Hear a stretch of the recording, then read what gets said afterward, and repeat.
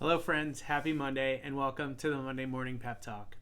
I'm Matthew Grande, one of the co-founders of To Careerage, and this week we're going to talk about creatively connecting with inspiring people. I think this needs to be a two-parter. This week we'll dig into getting people's attention, and next week we'll talk about figuring out what to say. So to kick us off this week, I'd love for you to contemplate two questions. How might you get creative in connecting with inspiring people? And also, who is someone you'd love to connect with and learn from, and how might you get their attention? This week's pep talk was inspired by someone who has an aspiration to be a Division I football coach. They'd played football in college, but they'd no formal coaching experience. They did two things that were quite clever that I wanted to share. The first thing they did was learn how Division I schools hired coaches. They got very clear on how the hiring process worked and what the entry points were for new coaches. They discovered there were intern-style opportunities that could get them on the path to a full-time coaching position, so that was the thing they set their sights on. Their next hurdle to overcome was actually accessing those coaches. And this person acknowledged that a Division I football coach was probably very busy and not going to pick up the phone or even answer an email. So they decided to get creative on how they might be able to get face-to-face with those people that they really wanted to work with.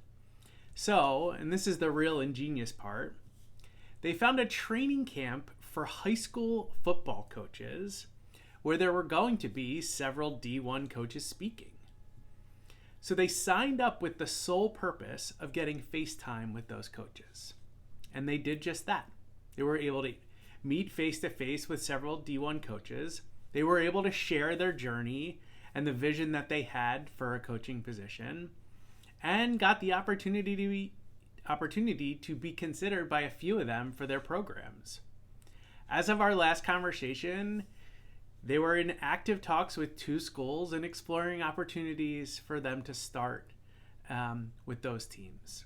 The story is still unfolding, but the biggest takeaway here is sometimes you have to think a little bit differently to get someone's attention. And once you're there, you'll actually have the opportunity to share your story and what's important to you. So what can you learn from these moves, and how might you try something creative this week?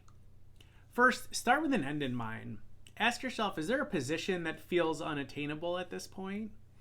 Or, if you want to make it a little easier on yourself, find something that interests you very much and envision what working in that context might be like. Do you want to be a National Geographic photographer? Do you want to be a venture capitalist? Do you want to be a community organizer? Do you want to own a thrift shop? Do you want to be a beauty product maven? It really doesn't matter. Just find something that feels fun and energizing for you to pursue. Next, develop a list of 8 to 10 people that you would love to connect with in that space. And give yourself the opportunity to go big here. Don't be discouraged by title or status. The bigger you go, the greater the opportunities could be for you. Next, think creatively how you might get their attention. Are they participating in a panel or a workshop of some sort? Do they have an extracurricular activity that they're passionate about and you're passionate about too? Do they go to an office every day? Are they active on social media? Are they sharing an important project, goal, or problem online? What you're looking for is a place of connection that really energizes you. This person wanted the FaceTime, and that may not be your thing.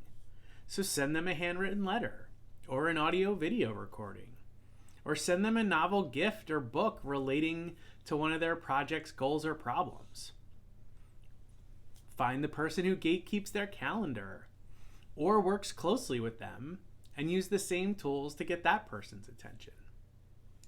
The idea here is to get creative and move in a way that energizes you. Finally, have fun with the process and just try it. It will not be perfect. It may even be a little messy, and it may not work. But the most important thing is you're practicing your creative thinking, and you're practicing your courage to make big moves in service of the life and the work that you want. And most importantly, find a way to enjoy yourself while you're doing it. Now, at this point, you might be saying, but then what do I say? So tune in next week for part 2, and we'll talk about what to say when you finally have someone's attention.